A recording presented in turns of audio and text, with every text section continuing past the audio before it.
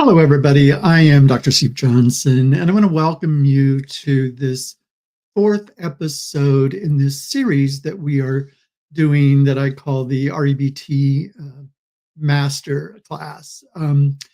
This is the fourth in this series. So if you want access to the first three episodes, you can find them on my YouTube channel, which is REBT Education Training, and they're absolutely free, so you can take a look at those. Today, what I want to do is focus in on two more emotions. We've covered a good number of emotions. We've covered conceptualization of them.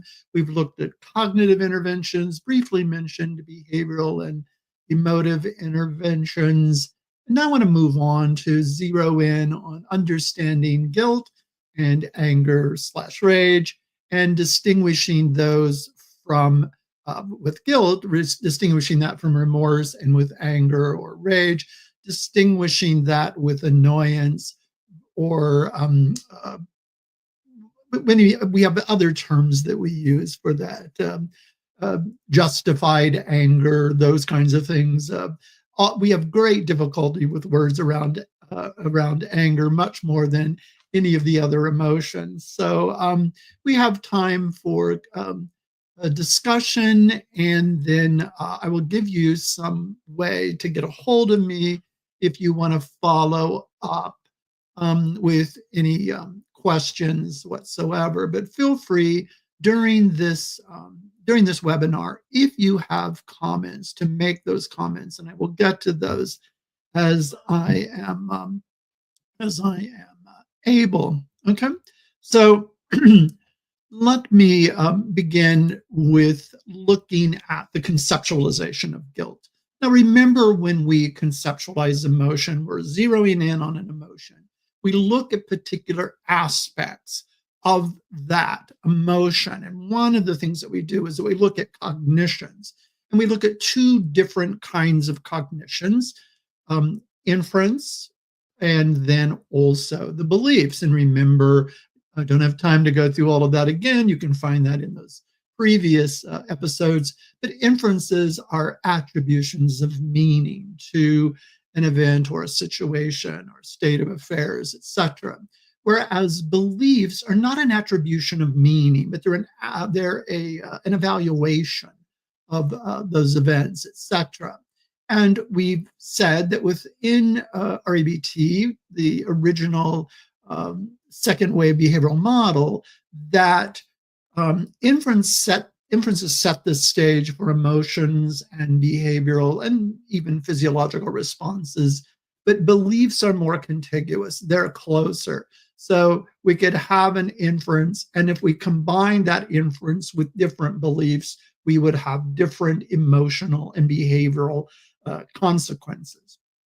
So we'll look at the inference, we'll look at the beliefs, and of course we're zeroing in on dysfunctional beliefs because that's what clients bring in. Of course, then we want to move those to more functional beliefs, just as we want to move or help individuals move from just functional behaviors to more functional behaviors, defined as those behaviors, those emotions that help us better attain our desired life goals.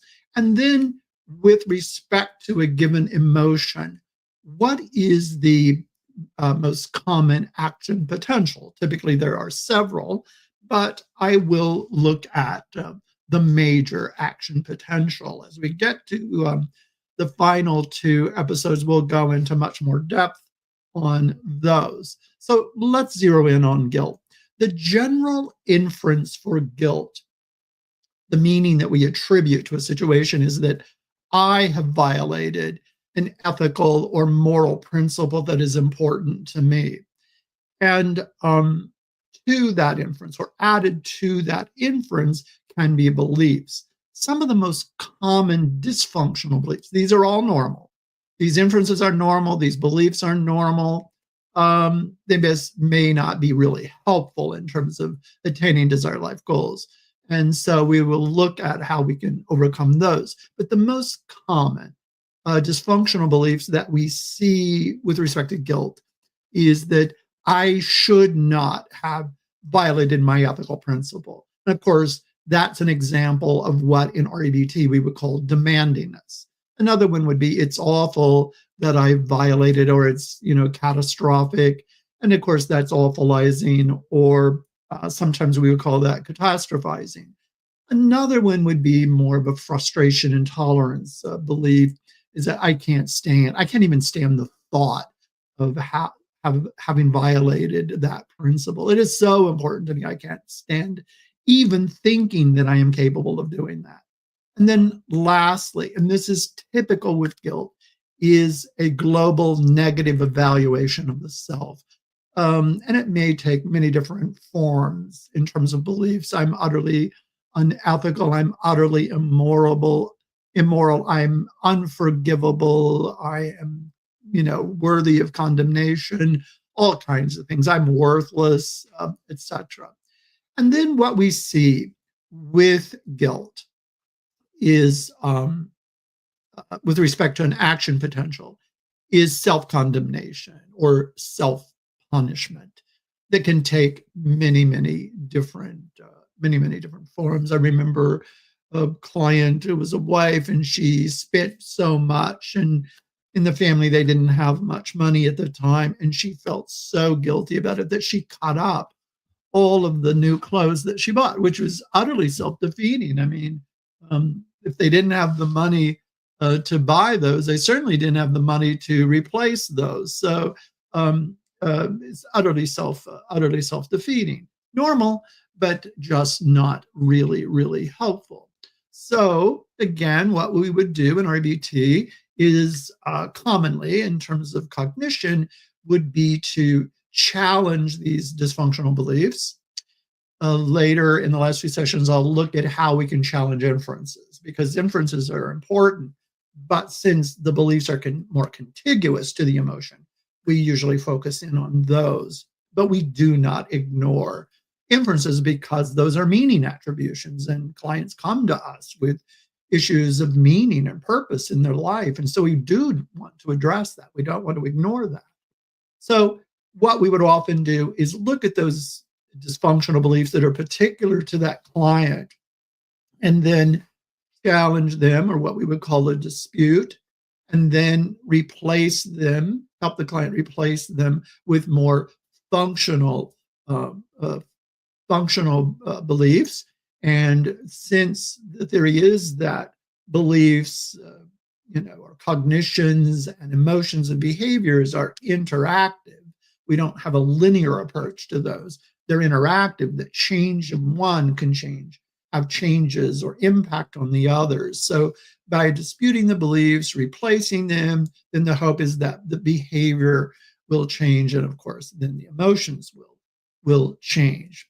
When it comes to treatment, not only would we do the dispute of the beliefs, but that action potential can be really helpful, because since it's behavioral, that may be a place where we can also do a behavioral intervention. And today I will mention some behavioral interventions. I may not apply them particularly to guilt and anger, but these are more general, but you can do a variation on these to address, emotions across the board. Now, what would be the emotion that we would want to help the client get rather than guilt? Now, again, we have an ideal vocabulary, and that's just to help the clients and the therapist be on the same page. but the client is under no obligation to use it. And so whatever word they use, it is our responsibility as counselors or therapists to check the functionality or dysfunctionality of that. And we do that by seeing how those are related to them attaining their desired life goals. Okay. So we can also have the behavioral interventions. So let's look at what we call the more functional or more alternative to guilt, and that is remorse. And remorse, of course, is related to guilt because it is the functional alternative. And what we see with every pair of emotions, where there's a dysfunctional emotion and the alternative functional emotion, the inference for both of them will be identical. And so the inference for remorse will be the same inference for guilt. And this one is, I have violated an ethical or moral principle that is important to me. Now, that's the general. And the specific one, we would have to find out which one was the violated, or is the client believes that they violated. Now, once we find that, then we begin to look at the associated dysfunctional beliefs. And again, here, instead of demanding this, we have preferential kinds of beliefs. So I wish I hadn't violated that ethical principle or done the bad deed or whatever it is. So notice that's a wish. And typically in English, the words that are more preferential are wish, or want, hope, desire, those kinds of things, which are not as dysfunctional as when we hold should, ought, must, have to, need. Those, when we embrace those very rigid and exaggerated beliefs, then that will give rise to more dysfunctional emotions and more dysfunctional behaviors. And the alternative to awfulizing in remorse is acceptance. Acceptance that it's bad, but without exaggerating the overwhelmingness of it. So we went, it was bad that I did that bad thing, but it's not overwhelmingly bad. It is not the destruction of Western civilization. It's not equivalent to the Holocaust or something, okay? We put it in the place. But we don't ignore it. We don't try to deny that it was bad what we did. We accept it, but then don't go into an exaggerated response to that in terms of our belief. The next one would be an alternative to frustration and tolerance. This would be to accept how bad it is, but also to recognize our ability to be able to handle that. So in remorse, it might be, I don't like what I did. I don't like that I did that thing that was not good, right? But I can face it and then try to correct it as best I can. This is the importance and one of the major differences between guilt and remorse. Guilt actually gets in the way of beginning to do something that would be helpful for someone. And I'm going to give an example from my life that I experienced just this week, okay? And so guilt can get in the way because it is so utterly focused on the self and how bad the self is, etc. When thinking about the self and ruminating about the self will not help the individual face what they did and then to take steps to correct it, if steps can be taken to correct it. And then finally, instead of global negative evaluation, we try to embrace unconditional self-acceptance. Again, we don't discount the badness of what we did. We face it. We acknowledge it. We don't run from it. And we certainly don't try to project it on to the other person and say, well, you're the one that caused me to do it. We accept the responsibility. If there are extenuating circumstances, we will be aware of those that may have contributed to what we did, right? But we accept the responsibility for that. Culturally, it's very popular to try to run away from it and blame other people. Not really helpful. So the belief here might be, while I did the bad thing, that doesn't make me an utterly bad or unforgivable individual.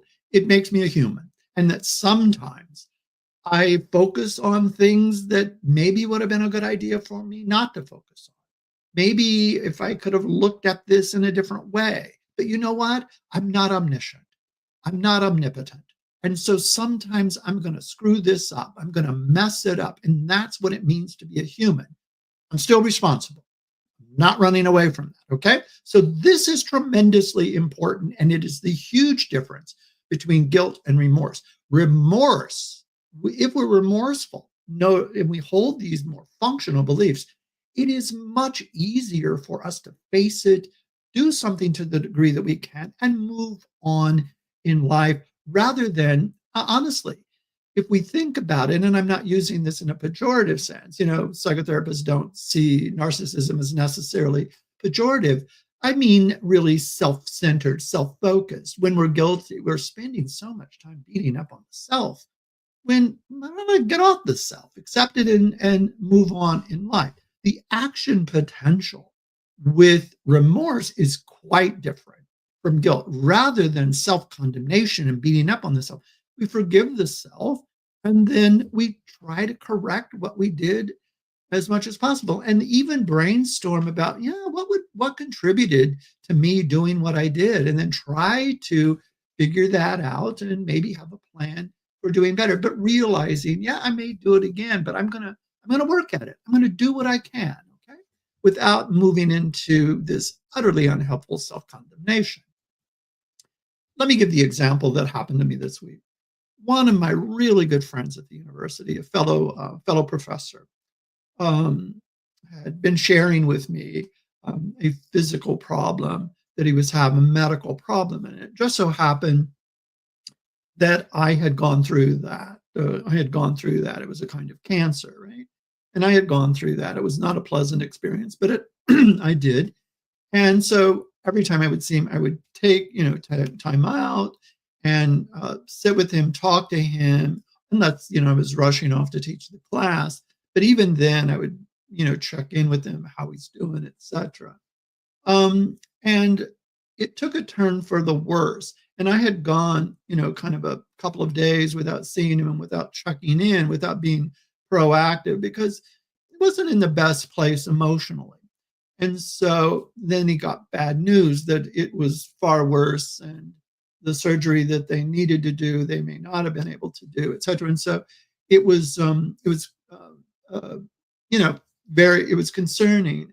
And so I immediately felt guilt that I should have kept in better touch with him, probably should have taken, an afternoon off and we went out to eat or just sat around over coffee and really go into depth and explore the ways that my wife and I may be able to help his family and him. How could I have been helpful for them? All of those kinds of things. I didn't get that done. And so I was just beating up on the self. Oh my gosh, what a horrible friend I am, etc. And then I realized, I said, this isn't helpful. This isn't helping me. It's not helping him. I'm utterly focusing on him. What I really would like to do is reach out, connect with him, and to find out. And so when I did that, it went really, really well. And I still had this tinge, but my belief was, I wish I had done that. I wish I had stayed in better connection with him so I could offer ways that I might have been helpful. Of course, I wish that, but I didn't demand it. And that's so different. When I demanded it, I would have spent so much time on myself. And I was ruminating on it. I had sleepless night about that. So it's normal to do that. It's just not real helpful. So that was my personal experience with it this week. The next one I want to look at is anger and rage. Research study after research study shows that this is the emotion that individuals experience more commonly than any other emotion. I don't know, but I do know it's very common, right, among us, and that sometimes during the day we can get angry several times. In the conceptualization of anger, in some ways, the inference seems to be the opposite in terms of the focus or the vector of the inference. The dynamic can be quite similar. The inference here is that I have violated, that someone else has violated an ethical or moral principle that's important to me. Now with guilt, I have violated it, right? It's internal. But the inference with anger is that someone else has violated an ethical principle. And often the principle is fairness. They were not fair with me. They were not justified in doing what they did. So often it focuses around that. So with that attribution, there are some common dysfunctional beliefs, utterly normal, utterly normal, but often very dysfunctional. And those would, they shouldn't have done that. They absolutely should not have done what they did. Now, some people will go, well, yeah, from a moral standpoint.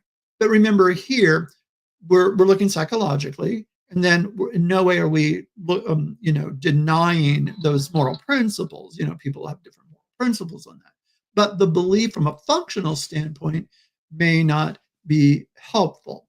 Maybe it would be better to shift that and not be quite so rigid, because sometimes with that demand, we don't look at the context, their life context, and what they may be going through in that moment, okay? So we decontextualize often, and then we have this demand, and we focus on the violation of that principle that is important to us. Normal, absolutely normal, but that demand may not be helpful if you hold it strongly over a long period of time. Initially, of course, people can get a flash of anger, but we hope that they recover from that fairly quickly. And we'll look at some alternative emotions in place of that. Another belief would be the awfulizing or the condemnatory belief. What that person did was utterly horrible or catastrophic, negating, to the extent that it is negating the meaning and purpose in my life. And I think it's important to look at that. In the moment, something may seem, excuse me, got a frog in my throat. In the moment, of course, we're going to see it as utterly horrible. But when we put it in a broader context, is okay, what they did was bad. Let's not minimize that. But really, did it negate meaning and purpose in your life? Did it utterly destroy your life so that it would be utterly catastrophic? Okay, that's an exaggeration. We're not saying that you don't hold the belief that it's not bad. The next one is frustration and tolerance. And sometimes this is easier to work with the client on rather than saying it's not awful or awfulizing. And this frustration and tolerance that is behind the anger is, I can't stand what they did. It's overwhelming to me, right? It's all consuming to me. We can work on that pretty easily after we get a little bit of calmer state of mind. And then the other one is a negative evaluation of that other person. In guilt, we globally negatively evaluate the self, typically in anger, although we could get angry with the self, then we would have a global negative evaluation, of the self. But generally with anger or rage, we're globally negatively evaluating a person, maybe an institution, a particular practice, sometimes even a country, etc. It's very popular right now for us to decontextualize things and globally negatively rate all kinds of things, and particularly others, rather than realizing that people, institutions can be quite complex, and to globally rate based on one factor may not be great, and certainly doesn't help the individual overcome anger or rage, particularly if that anger or rage is getting in the way of them attaining goals in any of the domains of life. Okay? The action potential associated with anger, rage, and we're talking more on the balance of rage, not kind of like normal, very time-bound kinds of anger. And so the action potential here is attack. And it can be a verbal attack or even a physical physical attack, which is not great.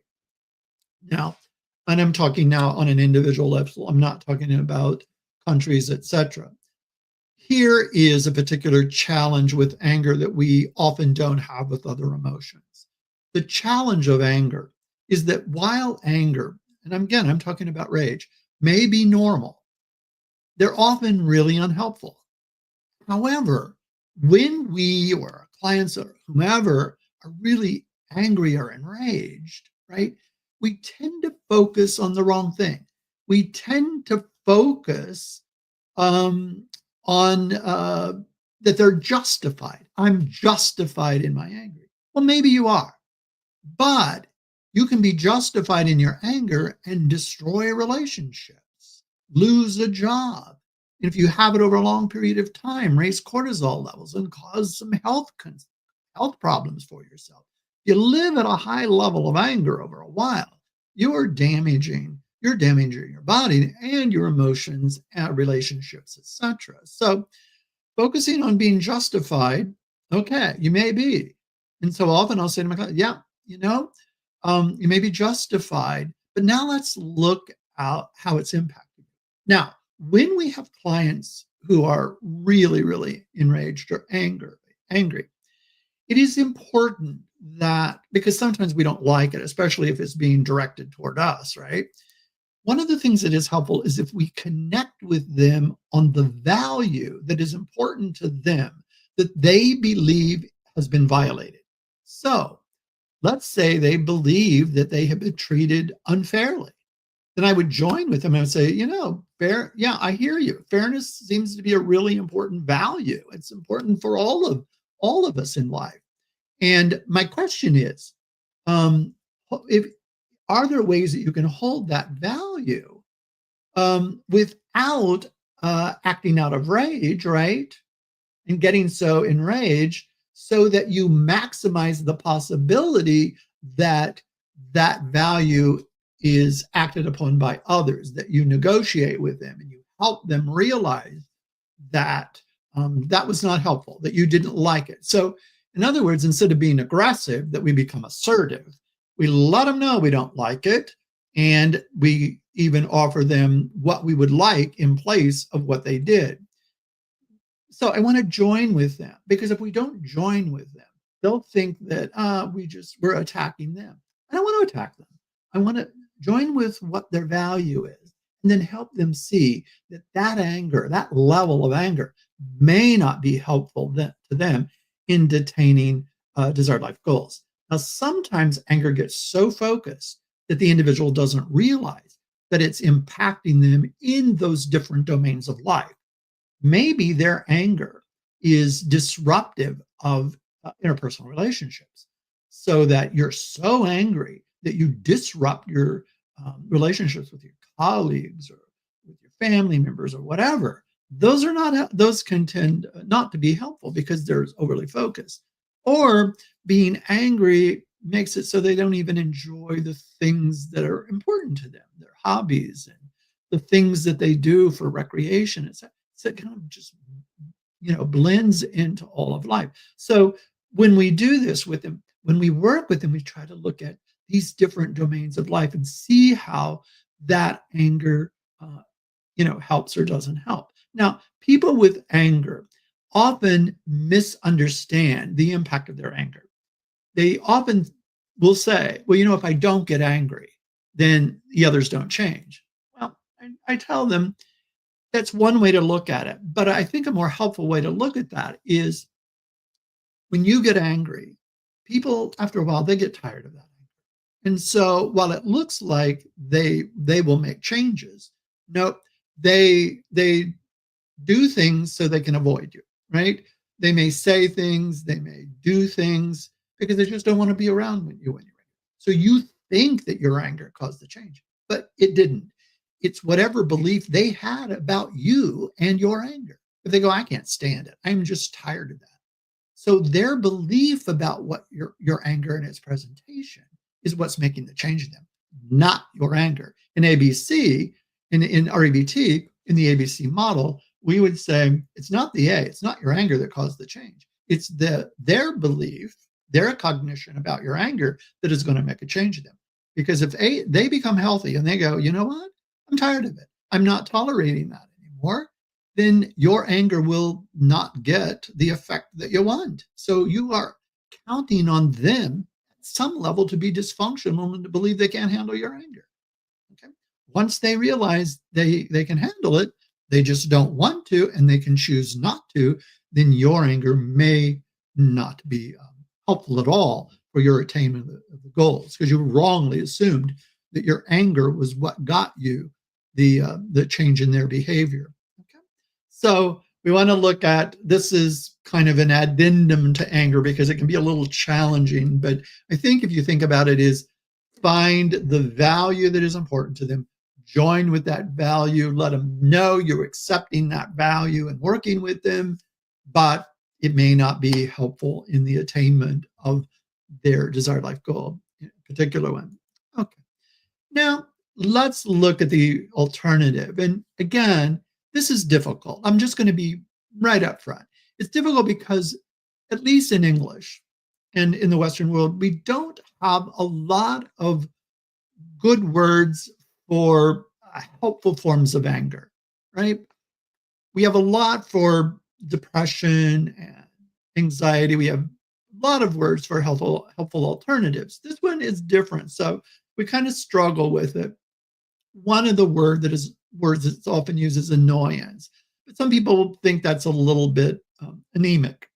And so one that I tend to like, and by the way, on my YouTube channel, I interviewed Dr. Raymond DiGiuseppe, an anger specialist. And when I interviewed Ray, we were talking about anger and this concept of righteous indignation. So how we may be able to help individuals move from enragement to righteous indignation, right? And not have like a namby-pamby kind of response to it. But anyway, or if you want to call it a helpful form of anger. But the trouble with that is, the trouble with helpful and unhelpful anger as terms is that it's so easy to delude ourselves into thinking, particularly if we're angry, if we tend to be angry, to think that our anger is righteous rather than. And so, we have to be careful for helpful and unhelpful forms of anger. So one of the ways to do that is to look at the consequences of that anger. The general inference here is that someone has, again, it's going to be the same as with being really angry or enraged. That is, someone's violated an ethical or moral principle that's important to me. But the beliefs are going to be 180 degrees different. Instead of demanding this, right, that they absolutely should not have done that, right, and they're no good for having done it and you can't stand it, that package that creates the anger, at least at the level of demanding us, replace that with more preferential language rather than demand us. I wish they hadn't done that. I really, really strongly wish they hadn't done it. And I hope they never do that again. You see what I mean? Those are powerful. It's not the intensity. It is the functionality of those beliefs, because you wish, you hope, and etc., and you lobby to change it assertively. That's not namby-pamby, right? It's maybe more functional too. Instead of the awfulizing or the catastrophizing kind of beliefs, it might be that, what they did was bad. I'm not going to pretend that it wasn't bad. It is bad. You know what? It's not utterly catastrophic. It's not the worst thing ever. My life has still meaning and purpose, etc. I may decide whether I want to hang around them, if they continue to act so enraged, etc., or so unjustly toward me. But, I don't have to believe that it is the end of the world. Instead of frustration and tolerance, we can hold a belief that's more helpful, like, look, I don't like what they did. I really, really despise what they did. I think it's unjustified, etc. But you know what? I can stand it. I'm not a weakling. I am able to handle this. I do have some internal resources. And one of my resources will be to connect with other people, to bounce ideas off them. But I have internal resources. I'm not an out of control individual. And once we realize that we can stand it. We don't like it. We don't like it. Let's again not pretend that we're going to like it, right? Bring it on because it's so fun. No, but we don't have frustration and tolerance. We have we have frustration tolerance about that. Good frustration tolerance. Instead of the global negative evaluation of the other person or institution, whatever, we hold a more unconditional acceptance view. Again, don't confuse unconditional acceptance with liking what was done. That would be dysfunctional. It wouldn't work. But if we go, I don't like what they did. What they did was bad. It was very bad. But look, I'm not going to globally generalize about them that they are utterly evil. This is a bad deed, and not just say that this is totally consistent with their character. Sometimes people do several things bad, so it's a little work on our part to come to some realization that we've seen several things that they've done that are bad, and so it may be challenging for us to not globally rate them as human beings, because any of us can make fundamental changes in our life, sometimes even pretty quickly. And that's always surprising to us in therapy as psychotherapists.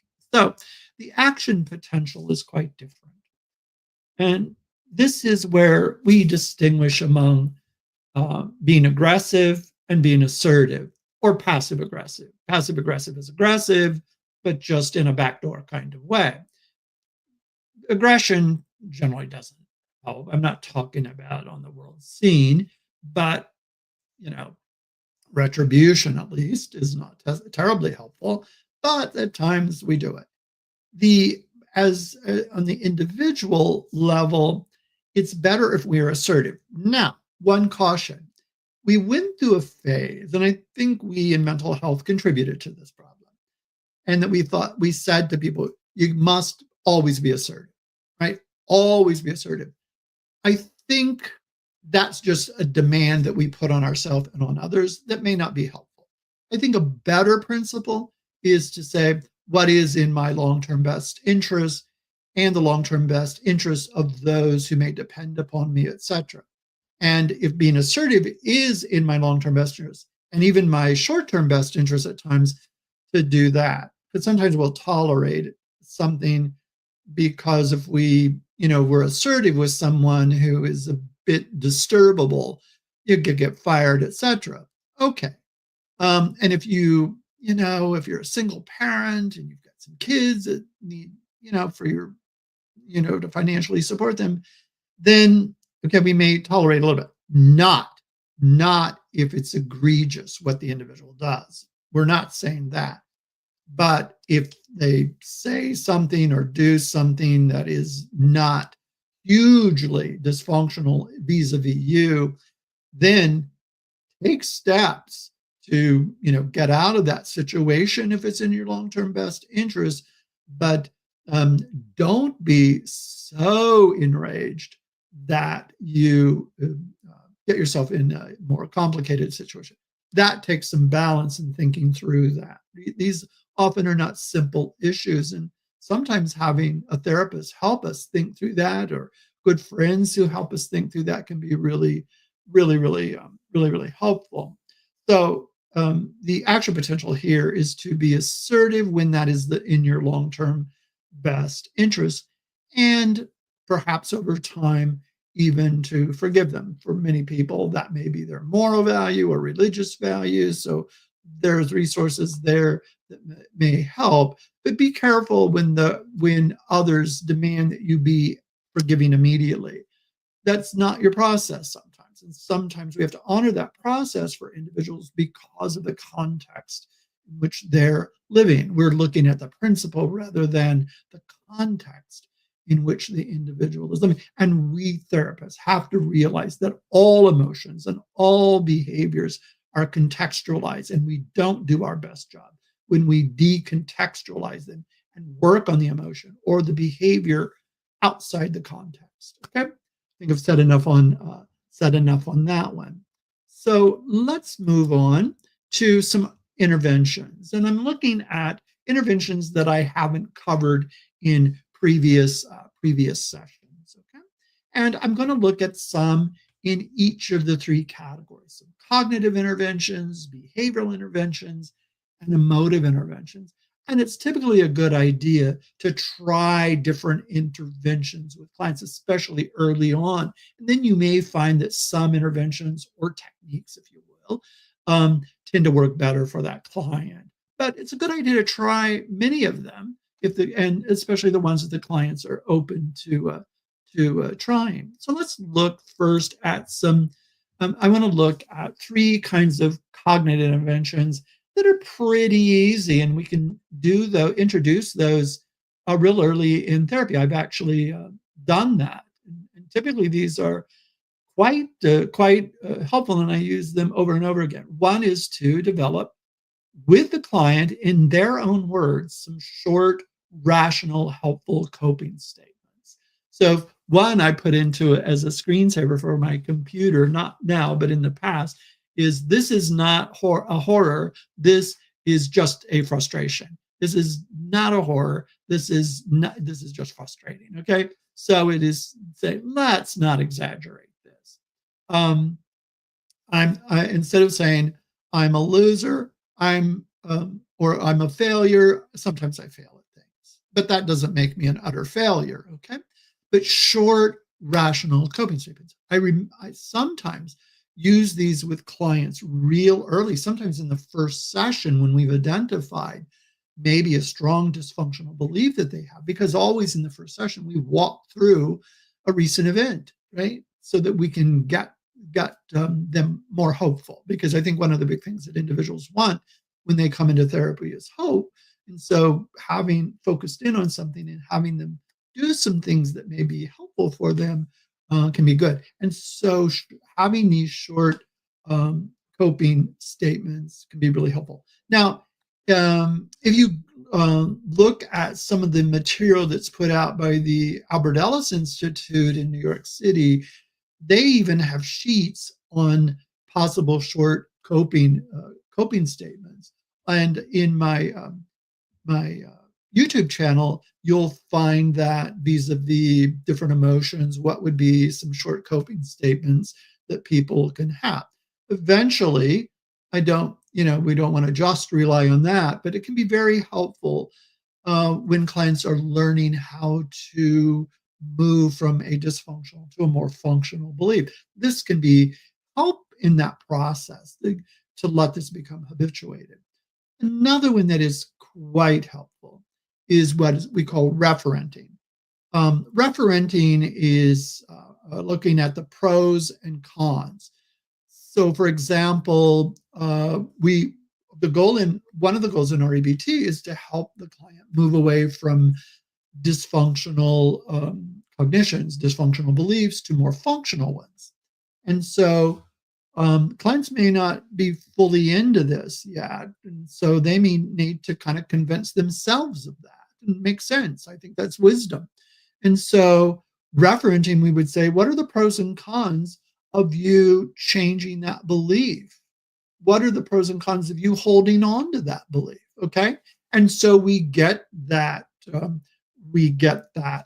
worked out, and then we can talk about that and let them make the evaluation of whether there seems to be more of kind of a vector in favor of changing those beliefs to something more helpful. And if you tie those to the behavior that they exhibit when they have those particular beliefs, that will help in the pro and con.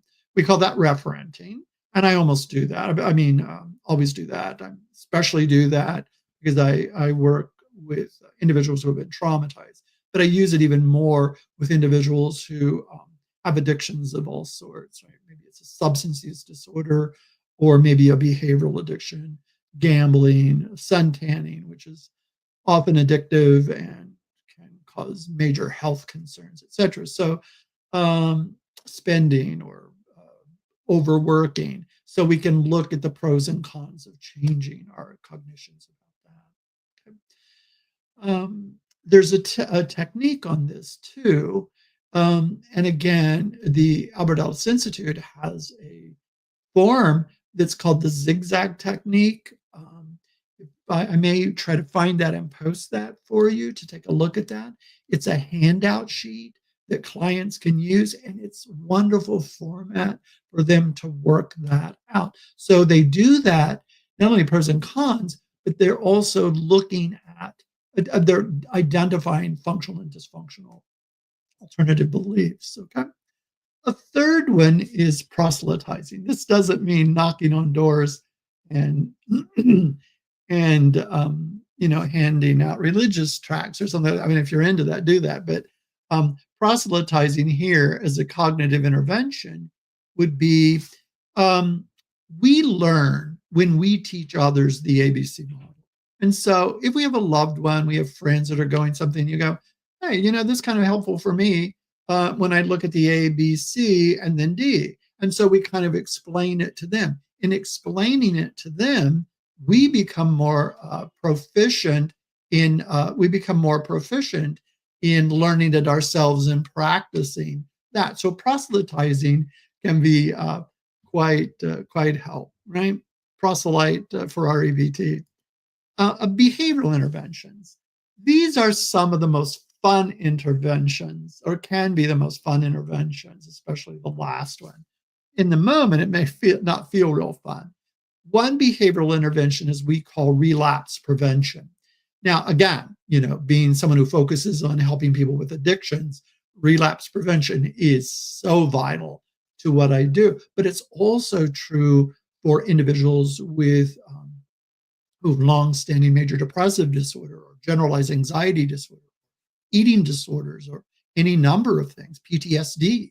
So when they've made some progress, we, as part of therapy, create a proactive plan in the event that they experience impulses to return to dysfunctional behaviors.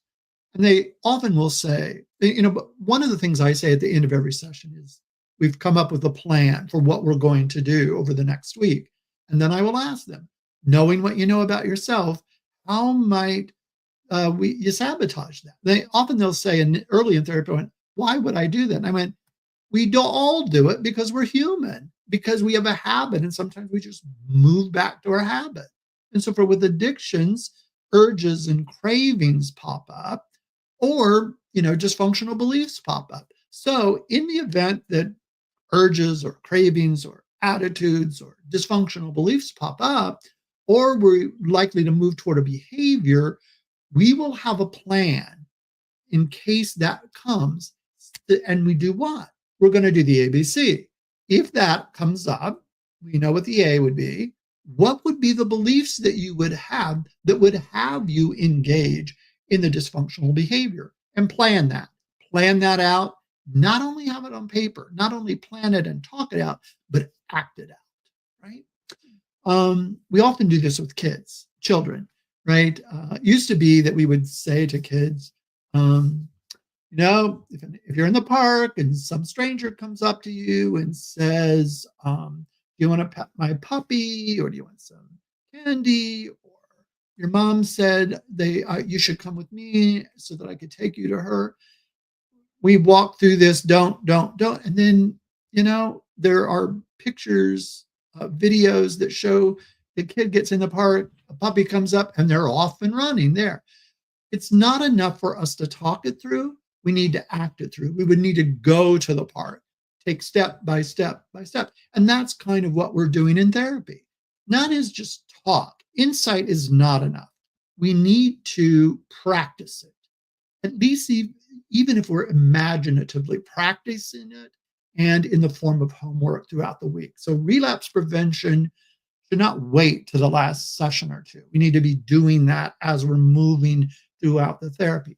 Another one is acting as if. This was done a couple of centuries ago, and one of the Harvard, kind of one of the founders of psychology in general in the Western world, at least in the United States, said that if you want to have a virtue, let's say whatever the virtue is, courage, which would mean courage requires frustration tolerance, right? Then you would need to act as if you had that virtue. So, what we do in REBT is we would say, as we're practicing engaging in a new behavior based on a more functional belief, act as if you had that behavior. Act as if you already had changed your belief to a more functional one, and then just do it. Right? I do this with sometimes with younger clients. I don't work with really young ones, but with them, I would say act as if. Um, I had some teenage boys, for example, who were afraid to date or something like that. And so we'd say, what movie star would be really good about asking a young lady out or a young man out? And then they would say, yeah, Ryan Gosling. So we would say, okay, act as if you were, act as if you were that person. And then just, what are they doing? They're just practicing a new behavior, practicing a new behavior. And so that would be a behavioral intervention. And often we see some changes in the emotions, et cetera, as well as the behavior. Shame attacking is one that REBT and Albert Ellis is made famous for. And that is when we do something that we would not, this is usually because of anxiety, right? That holds, or shame that hold us back. Um, and Anxiety and shame. And so we would have the client do, with their permission, and often they brainstorm about what this would be. Of course, you should brainstorm. This is supported by common factors, that we collaborate with the client on these kinds of things, is something that they normally wouldn't do, that they might experience as a little bit shameful. It's not going to cause damage to them. It's not going to cause damage to their reputation. It's not going to get them fired. It's not going to be immoral. It's not going to be illegal. Okay, it needs to be something that they do. So the big famous one is, and this is particularly good for people who are worried about how others are going to perceive them. They have an exaggerated concern about how other people are going to see them. Okay, and so we would say, well, in New York, we would say, why don't you put a banana on a leash and go walk it in Central Park? Well, that's weird. No, you're not going to get arrested doing that or something like that. Or sometimes you on the subway, we would just yell out the stops: 42nd Street, Fifth Avenue, 56th. You know what I mean? So you could do that. It's a little strange, etc. Or one that I did in New York City was, they have these delis, or little shops, bodegas, and they have a salad bar, and they have some other food on there, some hot food too sometimes. And so you get a plastic tray and you put the food on it, and then you take it up to the counter, they weigh it, and you pay. So I thought, I was having a time when I was just really overly concerned about what people thought about me and feeling very vulnerable. And so I got the tray, I put 2 grapes on it. In the biggest tray they had, and I went up there and I said, they weighed it, and I said, can you give me a knife and a fork with that? And here I am thinking, oh my gosh, they're going to think I'm utterly stupid, etc. It's New York. They just said, okay. And then they just told me what it costs, and then, yeah, have a good day, etc. They didn't bat an eye. Here I had built this up. And that's anxiety, because anxiety often begins with what if? What if such and such happens? What if they say or do this? Oh, then we usually end with awfulizing or frustration. Oh, that would be horrible. Oh, I couldn't stand that. It's not the what if part. It's what follows the what if that causes our dysfunctional emotion often. And so the shame attack can be a powerful way. And once in New York, I took, when we were talking about this in one of the training programs, I took some psychiatrists and psychologists and some master's level therapists out, and we just did a shame attack on the streets. We started dancing down the street and singing, and etc. And of course, it made it easier to do that collectively. But then over time, some of them said, we did that individually. And sometimes I have students on campus, but I usually alert security and the administration that it's going to happen. And some of the kids really get into it, and they kind of bond and have friendships as a result of that. Okay. Sometimes they sing songs aloud in the cafeteria or whatever. So these can be helpful behavioral interventions. I'm going to look at emotive interventions because we often ignore them. Emotive interventions are ones that generate the emotion. And by changing the emotion, then we can change the behavior or the cognition. And here are three, um, you know, sometimes not talked about too much interventions. One is encouragement. Some people believe that in REBT we're pretty hard hitting and especially in changing emotions, and they wrongly think that by challenging the beliefs that we're just attacking them. That's just myth.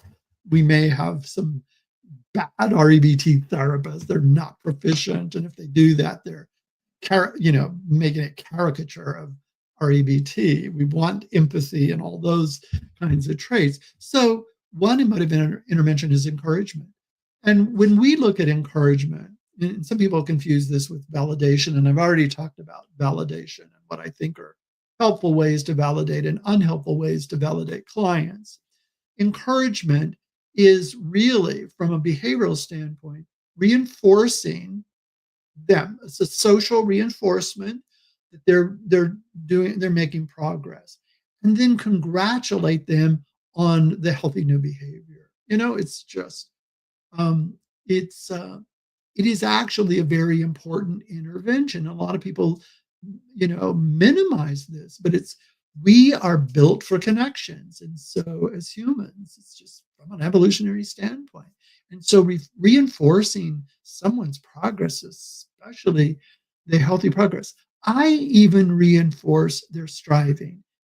Their striving. I'm like, man, this is fantastic. I try to do this with some of my, especially my undergrad students, is to encourage them about how hard they are working at something, and say, you know what, stay with it.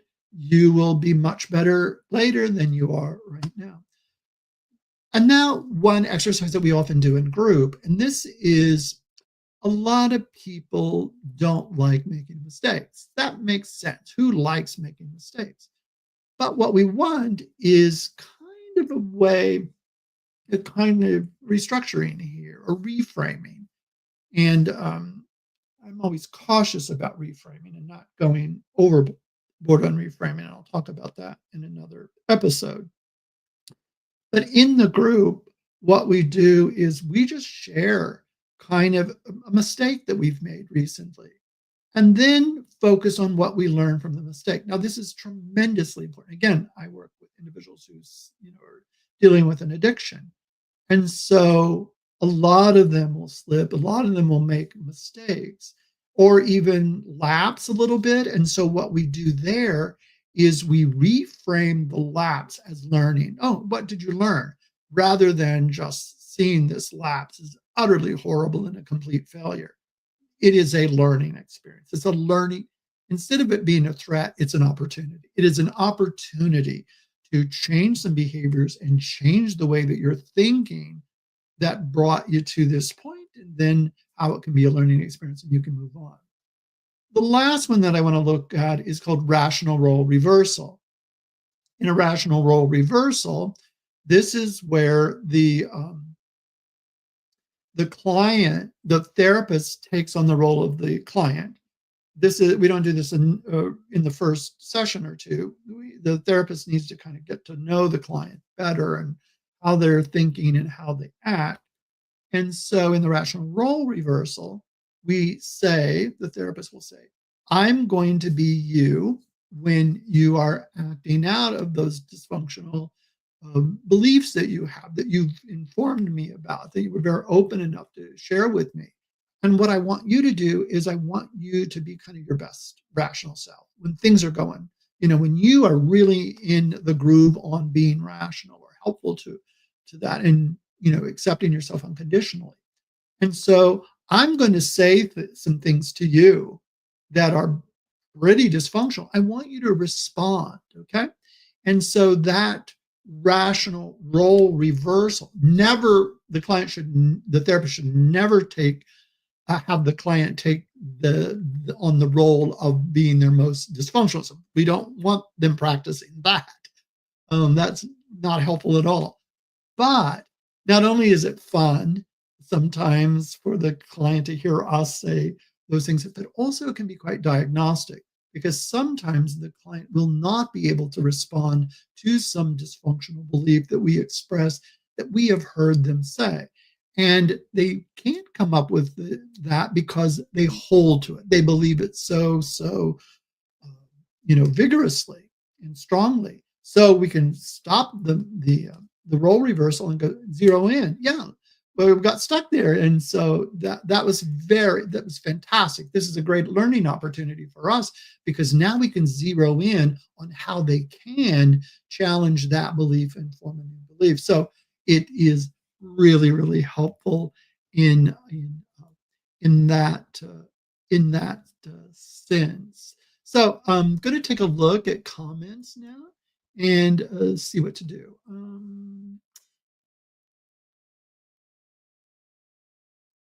Yeah, someone said, although I think I addressed it, how do you better help them see their anger is based on a wrong belief or immoral, and not come across as condemning? I think in part because we join them in the wonderful value that they have. If we don't join them in the value that they have and acknowledge the goodness of that value, then we can come across as condemnatory. The other one is we need to repeat over and over and over again. You and I are just looking at some belief. This is never going to be a valuation of you. Never, ever would I take on that role. And if at any point it ever seems like I'm evaluating you as a person, let me know, because then I need to figure out, maybe I said something that was not really helpful. And so you and I can figure out a better way for me to say that, or you heard that in a way that may not be helpful. And so maybe we can change the way that you're doing that. But no, no, no. And so one of the things to do then is join with the value, but say, now, how functional, how helpful is that anger? Where is it getting you?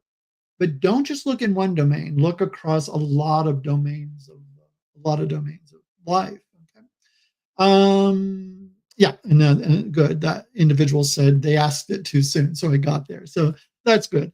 Don't worry, because that just gave me an opportunity to say it. And if you were thinking it, probably some others were thinking it. If there are any other um, questions, let me know, and I'll be able to address. Now, those of you who want to get a hold of me, you can do that at this email address. It's steveajohnson.phd@gmail.com. Again, you're going to need to be patient with me because I'm got my hands in a lot of things, like most of us, right?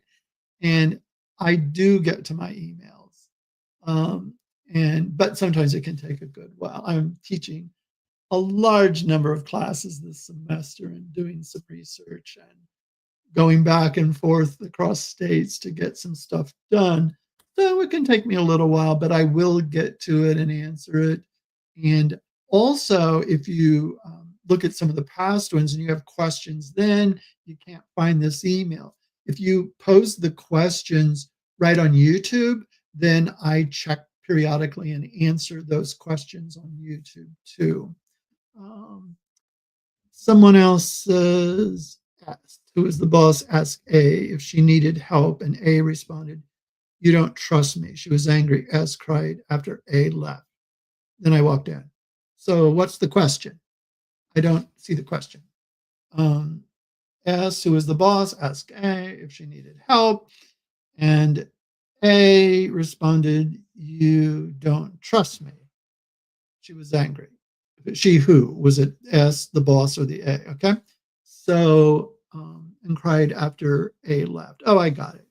Yeah. So whatever the beliefs of S would be the issue, right? I don't know necessarily what you need to do. You say you walked in. How is that a problem?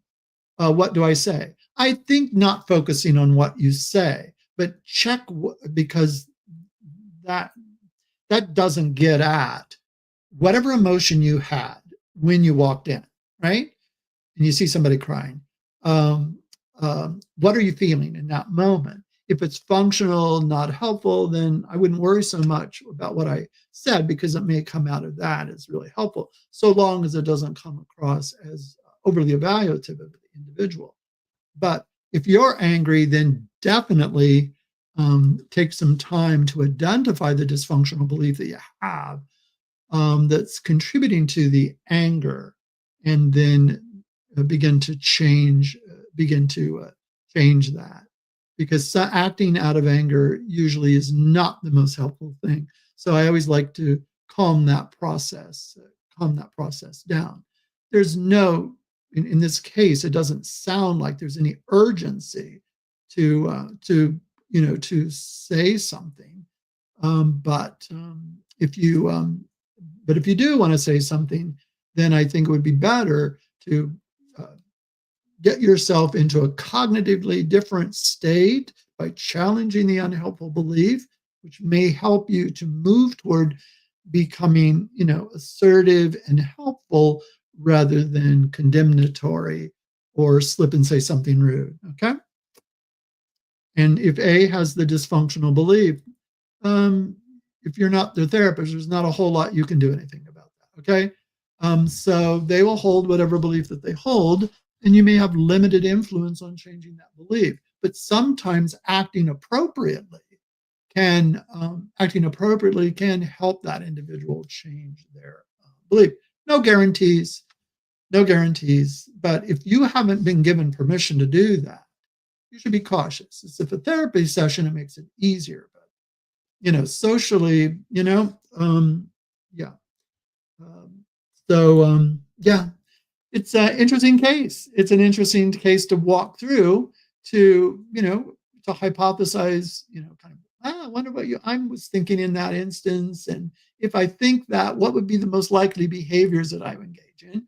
Or someone said what they said. I wonder what kind of belief they held that might contribute to that, to give me some insight, because if they held that belief and I, respond in a particular way, then they may take it as, not as I intended. So it's an interesting one, but I love the question, and I just give myself some time to think through it and not put pressure on me. Like, I must respond right now. This is so horrible. Wait a minute. I'm not the great savior of the universe. So let me give myself some time, take the pressure off me so I can better think through that. I hope that's helpful. If you have some other things, feel free, or other ideas, feel free to email me and we can talk through this even some more. Great example. And one that I think many of us can relate to. Many of us have been in that same kind of situation. Anybody else? Okay. Well, I do want to thank all of you, and I will be coming up next week. I'll be digging into more aspects of REBT. I do want to let you know that I'm working on another series, and that is 30-minute moments of REBT, where I just take an intervention or something like that, so that if you're driving somewhere or something, you could just pop it on and listen to it in the car, or if you have a sleepless night and you want to listen to something, then maybe this will help you. But thanks so much. I really appreciated the good question. Hope to see all of you next week. All blessings. All the best.